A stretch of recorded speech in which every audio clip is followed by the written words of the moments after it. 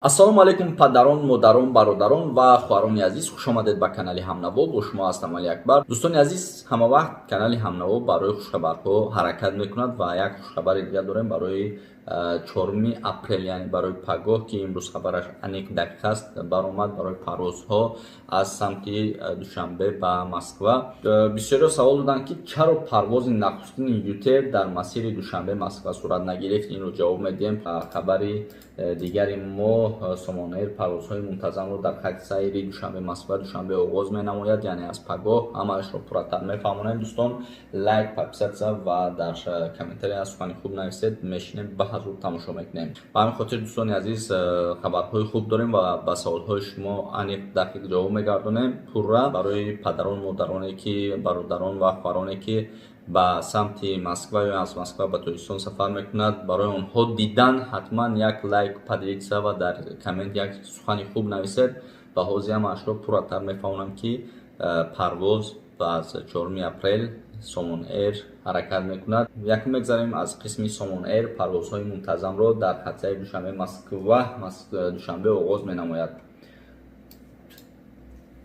ин хабар аз 3 апрели соли 2021 аст. дӯстон, барои парвозҳои мунтазам аз Душанбе ба Москва Душанбе аст оғоз менамояд, яъне ки Сомон парвозҳои мунтазамро дар хатсайри Душанбе Москва Душанбе оғоз менамояд. Ширкати ҳавопаймоии Сомон парвозҳои мунтазамро дар хатсайри Душанбе Москва Душанбе бо дастгирии бевоситаи ҳукумати ҷумҳурӣ барқарор менамояд. Интизор меравад ки парвози нахустини мунтазами ширкати ҳавопаймоии Сомон аз Душанбе ба Москва ПАГОＸ 4 апрел сурат мегирад. Ширкати ҳавопаймоии Сомон иттилоъ медиҳад ки парвозҳо дар ин масир ҳафтаи як маротиба рӯзҳои сешанбе иҷро мешаванд. вақти парвоз аз Душанбе соати 12, аз Москва соати 4 ба вақти маҳаллӣ муқаррар шудааст.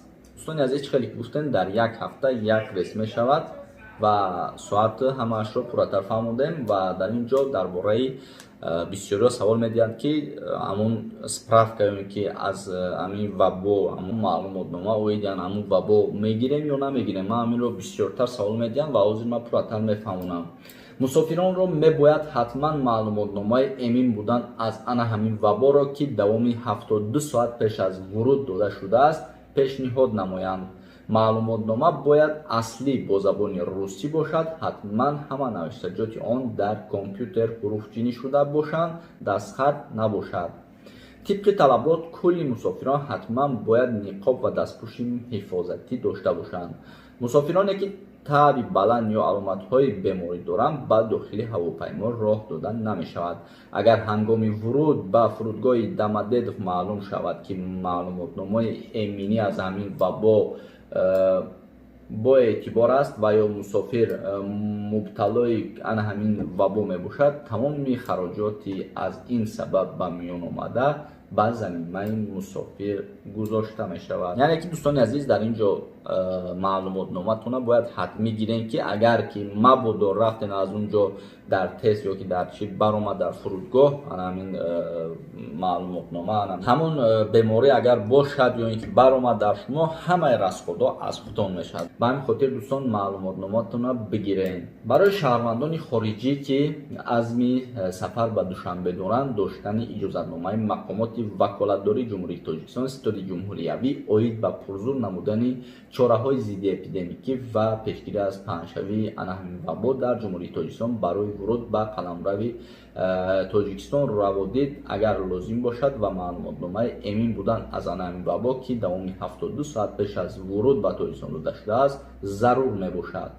ба шаҳрвандони Россия ҳамчунин шаҳрвандони Аморати Муттаҳидаи Араб, Туркия, Ӯзбекистон ва Қазоқистон ки тариқи роҳҳои ҳавоӣ ба Тоҷикистон меоянд, доштани иҷозатномаи мақомоти ваколатдории Тоҷикистон барои вуруд ба қаламрави кишвар лозим нест. тибқи талабот ҳамаи мусофирон бояд ниқоб ва дастпӯши ҳифозатӣ дошта бошанд.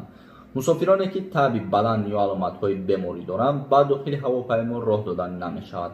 мусофирон бояд маълумотномаи эмин буда аз ҳамин ваборо ки давоми 72 соат пеш аз вуруд ба Тоҷикистон дода шудааст дошта бошанд.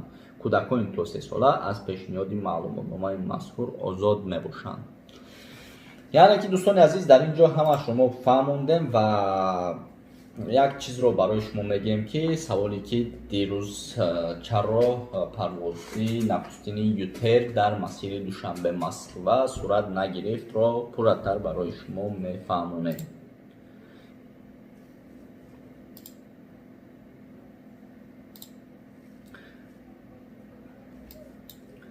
тамоми мусофироне ки мебоист шаби 3 апрел тавассути ҳавопаймои ширкати русии Ютейр аз Душанбе ба Москва парвоз мекарданд, имкон доранд бидуни ягон монеа 9 апрел тавассути ҳавопаймои Ютейр аз Душанбе ба Москва парвоз намоянд, гуфт дар суҳбат ба хабарнигори Амитховар директори агентии авиатсияи граждании ҷумҳурии Тоҷикистон Икром Субҳонзода.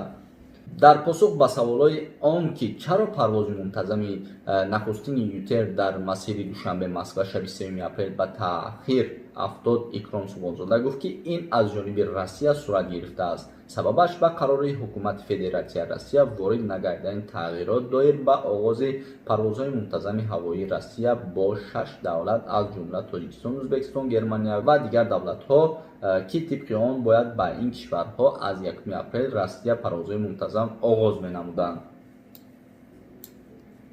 роҳбарияти агентии авиатсияи граждании ҷумҳурии Тоҷикистон аз тамоми мусофироне ки парвозашон ба 9 апрел дар хатсайр Душанбе Москва ба таъхир гузоштааст, хоҳиш менамоянд ки ба ҳар гуна овозаи дастиса дода нашаванд. парвози онҳо ҳатман 9 апрел бидуни ягон мушкилот ва монеа сурат гирифта хароҷоти мусофирон ҷуброн мегарданд. яъне ки дӯстони азиз, ҳар кадоми шумо билет гирифтен ва натавонистем ба Москва сафар кунед, дар ин ҷо ҳама шумо гуфтем ки 9 апрел шумо метавонед ки озод бе ягон мушкилӣ шумо парвоз кунед ба самти Москва. худо хоҳад дӯстони азиз, боз барои нархи билет аниқ дақиқ мекунем, барое ки мо нархро гуфтем ва дар он ҷо чизе ки бид дар хабари асосӣ мо амонро гуфтем. ба ҳамин хотир дӯстон ба ягон гапи дағалу дигар роҳ дода нашавед. ҳар чизе ки мегӯем аниқ дақиқ аст ва албатта ки дӯстон, ҳар чизе ки мо мекунем ба хотири шумо ва ҳаракат меҳнатмон ҳамаш барои шумо аст ки шумо моро дастгирӣ мекунед ва канали мо пеш меравад. ба ҳамин хотир дӯстон, хабарҳои бо нағзро интизор шавед. дар видео ҳатман ва ҳатман як лайк ва поделиса кунед ва беҳтарин видеоҳоро дар канали ҳамнаво бубинед. дӯстони азиз, дар поёни ҳамин видео ссилка аст, ҳатман хоҳишимро рад накунед, дар он канал подписатсия кунед. он канал Тезсавдо тиҷӣ мебошад, Тезсавдо тиҷӣ мебошад, ҳамаш қонуну қоидааш қатъияй ва дар он ҷо сюрпризҳои нағз дорем. ҳатман интизор шавед ва ногуфта намонад ки ман фикр мекунам ки ҳар чизе ки ман мекунам барои аниқ дақиқ шудан парвозҳо ва дигар хабарҳои аниқ аст. интизор шавед беҳтарин хабарҳоро ва хоҳишимро рад накунед. дар ҳамин канал подписани ва дар ҷои комментария будагӣ ҳатман ва ҳатман подписатсия кунед ки ҳамин канала мо бояд ҳамин рӯз ҳамин видеода бояд мо 1000-руш кунем. кадоми 1000-ум подписчик мешавад, интизор намешавем ки ман 1000 шавам, кадоме ки хос ба хотири мақсад дастгир ва албатта ки барои сухани ман рад накардан подписатсия кунед, аз шумо ягон пул намеравад. худованд нигаҳбони ҳар яки мо шумо бошад. видеои навро интизор шавед ва дар канали ҳамнаво подписатсия ва видеоро ҳатман ва ҳатман поделиса кунед. худованд нигаҳбонтон бошад. беҳтарин хабарҳоро аз канали мо бубинед. ҳамнаво ҳамрози шумост.